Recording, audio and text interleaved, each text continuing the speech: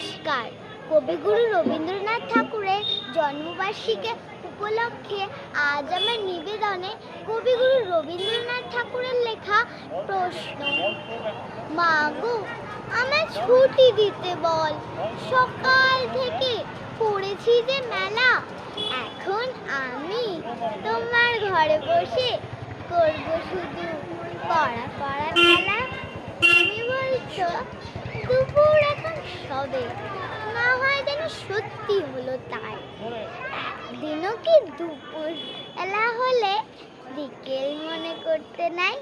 আমি তো বেশ ভাবতে পারি মনে, সূর্য ডুবে গেছে মাঠের শেষে, বাগদি বুড়ি চুবড়ি ভরে নিয়ে শাক তুলছে পুকুর ধারে এসে। আধার হলো মাদার গাছের তলা, কালি হয়ে এলো দিঘির জল। হাটের থেকে সবাই এলো ফিরে, মাঠের থেকে এলো চাষির দল।